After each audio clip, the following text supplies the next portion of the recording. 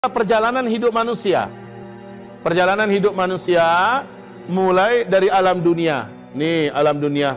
Mukmin kafir menembus alam barzakh. Tembus masuk ke alam kubur. Ini adalah alam barzakh. Di mana arwah yang sudah nyampe di sini, sedetik pun dia tidak bisa lihat berkomunikasi dengan yang ada di sini. Apapun caranya tidak akan pernah bisa. Jadi sebuah pembodohan dan memang kebatilan yang mengatakan ada ilmu pemanggil roh. Yang benar itu yang datang adalah jin dan setan yang menjelma dalam wujud manusia yang dulu pernah hidup buat mengelabui yang masih hidup. Ya, setelah ada di sini nggak ada itu. Si manis jembatan Ancol, si anu dalam keadaan hamil lalu diperkosa kemudian dibunuh lalu dia gentayangan. Ya macam-macam itu dibodoh-bodohin. Ya. Nah kaum muslimin setelah nyampe di sini mereka menunggu sangkakala ditiup. Ya. Nah, peristiwa demi peristiwa, saya sudah sampaikan. Peristiwa tanda besar kiamat ada 10. Satu, ringkasnya saja nih, ringkasnya saja. Satu, dukhon. Yang kedua, Dajjal lepas. Yang ketiga, Nabi Isa turun, Dajjal dibunuh. Yang keempat, Ya'jud Ma'jud bebas. Ya. Kemudian Ya'jud Ma'jud dihabisi oleh Allah serentak di muka bumi ini. Ya, 10 tanda besar kiamat. Mana kiamat tidak akan terjadi sampai yang 10 ini muncul dulu. Yang pertama kalau sudah muncul, yang lain menyusul dengan sangat cepat, waktunya dekat-dekat, nggak pakai jarak, nggak pakai jauh. Ya, saya ulangi, Dukhon, Dajjal, Nabi Isa, Ya'jud dan Ma'jud. Kemudian bumi memasuki masa-masa aman, di mana bumi langsung dipimpin oleh Khilafah Islamiyah, keturunan kandung Nabi Muhammad Al-Mahdi. Disitulah terjadi tanda besar kiamat yang kelima, matahari terbit dari sebelah barat. Betul-betul fisik matahari. Langsung menyusul tak lama kemudian yang keenam, keluarnya binatang raksasa di tiga tempat dari dalam perut bumi. Allah menceritakan ini dalam surat An-Naml, ya, di ayat 82, yaitu Dabatul Ardi. Binatang ini keluar. Kemunculan yang ketiga yang terakhir adalah di kota Mekah. Dari dalam perut bumi kota Mekah dia muncul. Oke, binatang ini juga kembali tenggelam dan hilang sama sekali. Tanda besar kiamat yang ketujuh, bertiup angin sejuk nan wangi dari negeri Yaman. Seluruh orang yang kenal dan beriman dengan Allah meninggal dunia serentak. Dan yang tersisa hidup setelah itu hanya orang kafir saja yang memang tidak kenal dengan Allah Subhanahu wa taala. Selesai 7, yang kedelapan, tenggelamnya daratan permukaan bumi yang ada di sebelah timur, ya, masuk dalam laut.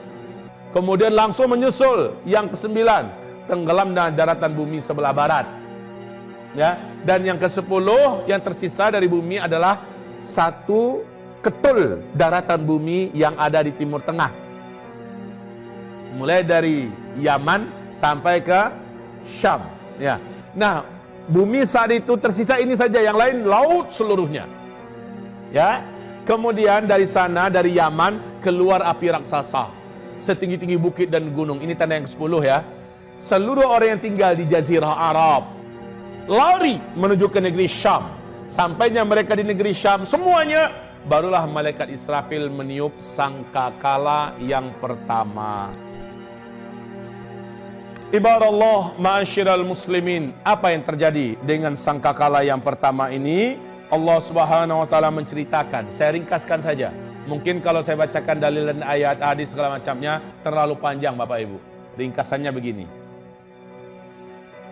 Bapak Ibu, malaikat Israfil ketika mengetahui bahwa Nabi Muhammad sudah diutus, pangkal terompet itu sudah dimasukkan ke dalam mulutnya.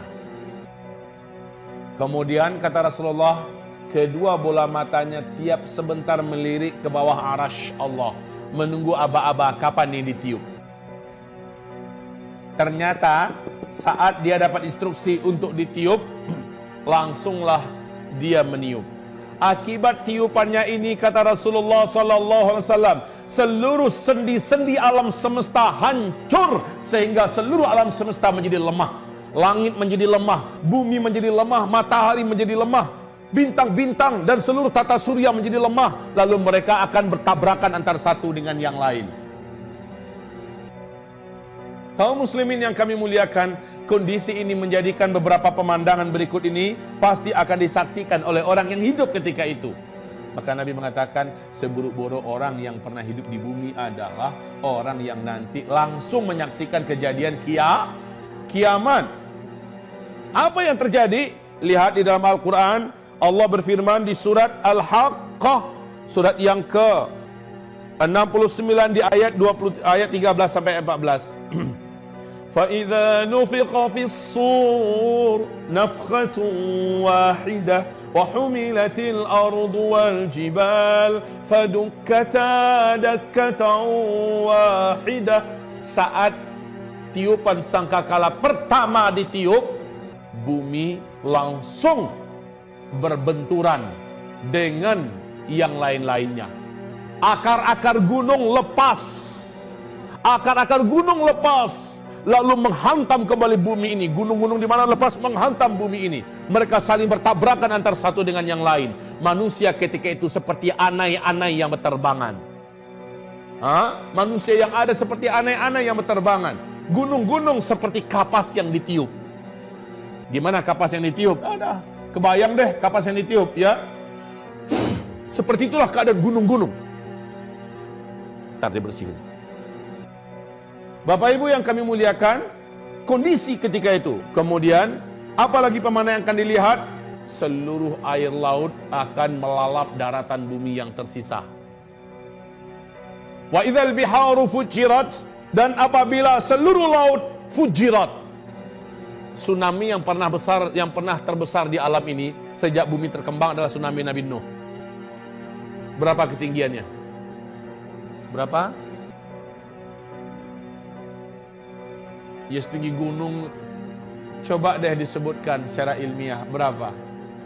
Di Al-Bidayatu wan Nihayah oleh Al-Hafiz Ibnu Katsir dijelaskan tingginya tsunami Nabi Nuh 5.000 meter.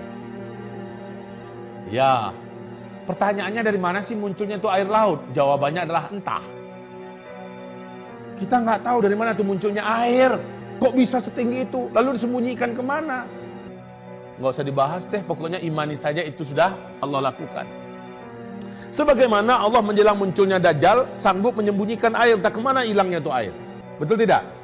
Sampai-sampai air tidak ada yang turun dari langit, air yang ada di daratan bumi mengering di mana-mana, dan sekarang sudah mulai menunjukkan ada indikasi ke arah itu.